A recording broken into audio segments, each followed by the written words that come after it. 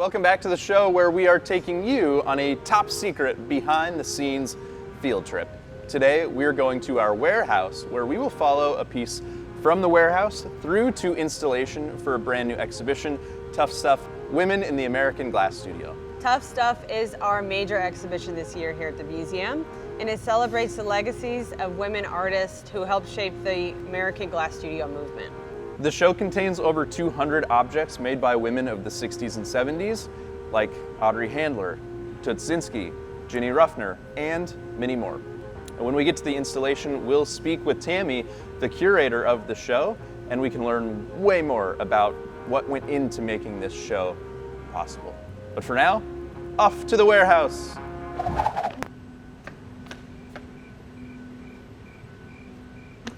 Do you know where we're going? No, they would not tell me. Like explicitly would not tell me where we were going. Do you think they'll send a car?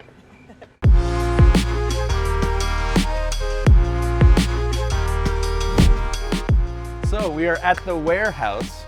They blindfolded me to bring me here. Really? I just drove myself. Oh. Well, we're here with Marisa, one of our conservators. Marisa, tell us about the warehouse.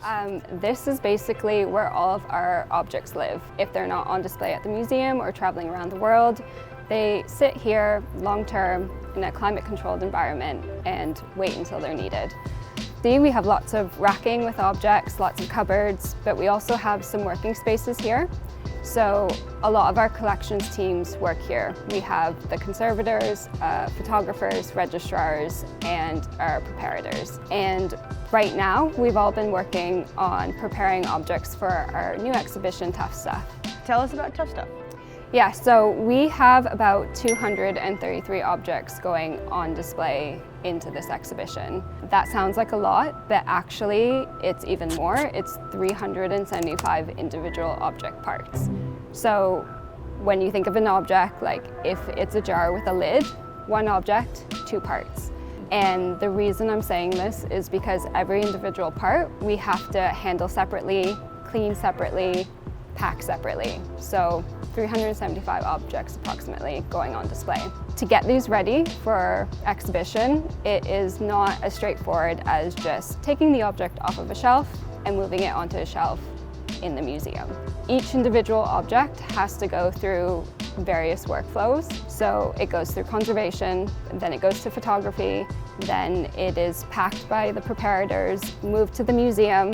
If the object needs a mount, then our specialist mount maker looks at it, creates a mount, and then it's installed into the gallery. This happens for every single object. So 233 objects this is happening for. Exactly. I thought it would be interesting if you followed one object through this journey from the warehouse to the museum.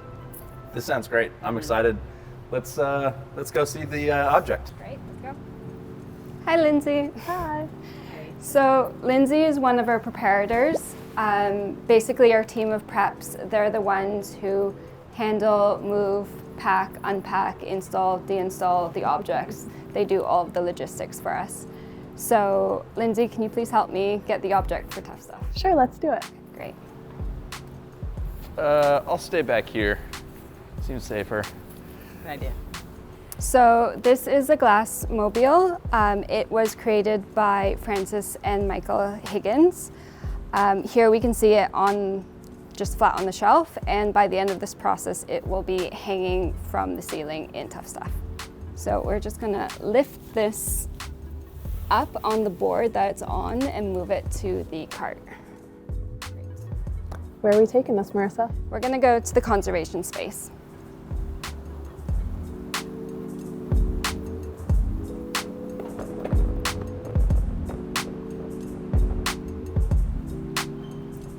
So Marisa, what exactly does a conservator do? So I basically take care of all of the collection objects. My main responsibilities are to condition assess and to treat the objects. And then I also make recommendations for how to handle, pack, mount, install, and the type of display environment that these objects go into. So for this object, going into tough stuff, the first step is to do a condition assessment. So basically, I'm starting by identifying the types of materials present. So here we have glass, metal, and cord.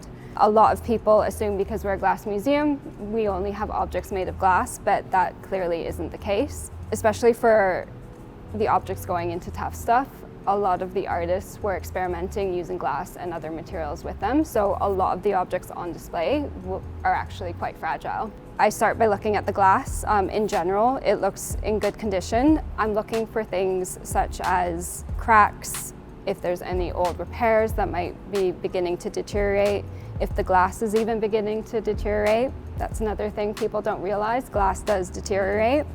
Here, it all looks intact, it's just a little dusty. I'm also looking at the metal, there's a little bit of corrosion, but all the rings look structurally intact. And then I'm also looking at the cords. And these are the ones that I'm actually most concerned about here, just because, as I mentioned already, this object will be suspended from the ceiling. So all of these cords are holding all of the pieces together, and I don't want any of them to break while it's hanging. That would be a problem. So I see that all of them have adhesive over the knots, and I think that was used as like an extra security measure to make sure the knots don't slip. So everything looks all good, intact. What I'm going to do with this in terms of treatment is actually just a straightforward surface clean. So I'm going to use these cotton swabs that we have and deionized water and just clean all of the glass surfaces. I know it doesn't look dusty, but once I swipe them, the colors will pop more and it'll look really nice when it's on display. For the metal, I'm just gonna clean those using a solvent because solvents evaporate quicker than water, so that's better for them. And then for the cords, I'm just gonna leave them. What do you do to a piece that needs more treatment than this one?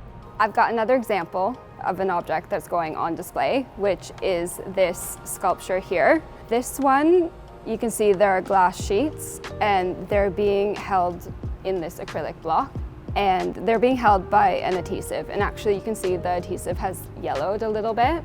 Because they're held tightly in this join, the tops of them wobble when the object moves. So there's a little bit of movement here.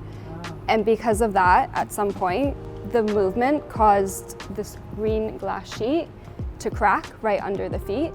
So I've already treated it and you can't see it, but there was kind of a half moon crack right under the feet. We try to use materials that are stable long term and also that are reversible, but sometimes it's not always easy to get things out. So for this, I had to choose an adhesive that would kind of disappear into the crack.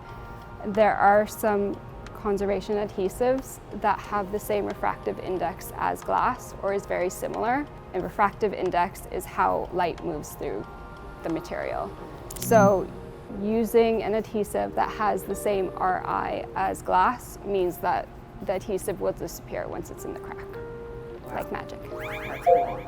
So for this, I just recommend extra careful handling and packing to make sure that there's no further damage to it. And that's Lindsay's job. Exactly. Yeah, that's her problem. Yeah. Yeah, all right. As a preparator, I also do a lot of the specialty packing for anything that has to move from the museum to the warehouse and back and forth. And because Marisa said that this requires a specialty box, I've already started making one if you want to come check it out. Love to see it. Wow. So I've started to make this tray using archival materials and foam bumpers to contain all of the individual moving parts so that nothing bumps into each other during transport. So we can transfer the piece back onto this tray so that I can finish it up. So each little piece fits right into these little grooves that you made in these. Yes, Wow, that's so exactly. cool.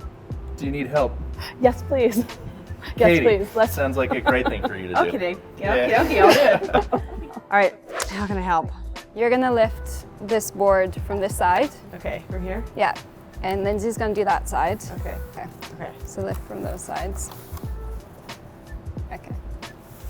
Glowing glass is so much easier. It's way less stressful than this. And Michael and I are pulling this out a little. Very slowly as we go. So you can pull it a little bit now. Okay. Good news, you only have to do this 233 times. Exactly. Perfect. Keep going.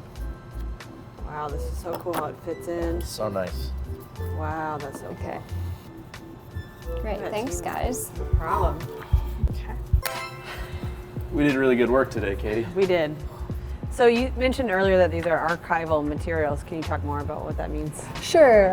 That essentially means that they are stable long term so that they won't degrade over time and cause any damage to the object. So this packing doubles as a long-term housing because after it is done being displayed at the museum and comes back to live at the warehouse, it can live on the shelf in this box long term. Oh. So you're doing this for every piece? Yes, we have to think about each piece individually and how to pack it based on how fragile it is and how far it needs to travel. Some pieces are just traveling to and from the warehouse, but other pieces might be traveling across the country or across an ocean as a loan. So we have to think very carefully about each piece and how to get it back and forth safely. Okay, so I have this box that we're ready to move the tray into. You made this box? I did. I made it easy so that we could just slide the tray right in and the object would remain flat. Look at the precision on this thing. This is nice. Very nice. It fits perfect. It's like it was made for it.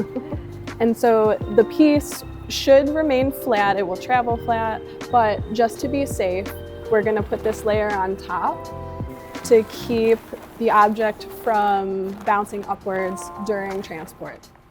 All right, so we're all done. We're all done, all packed, ready to go. Next stop's the museum, so let's go. All Let's right. go. Maybe we should bring the object. Oh, okay, we made it back to the Corning Museum of Glass after a long journey traversing mountains and oceans and rivers and deserts and other geological features, space and time. And our piece has made it safely with a bow on it. All right, where to next? So we're gonna bring this up to staging where we've got all the other objects for tough stuff stored. So we get a behind the scenes, we get to see a bunch of other things. You do get it behind the scenes. Fun. Let's go. I'll get the door.